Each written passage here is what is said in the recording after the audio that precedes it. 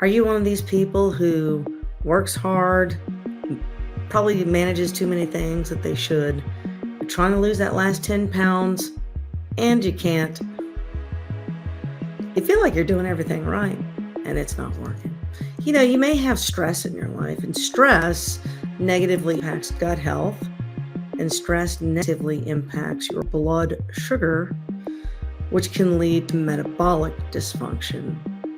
Hey, it's Dr. Toker, your friendly neighborhood colorectal surgeon, and this is a topic actually I have personal interest in because it definitely describes my life. I'm under extraordinary amounts of stress, and I struggle to stay healthy, and I struggle to lose weight. And so I thought we would share in my misery.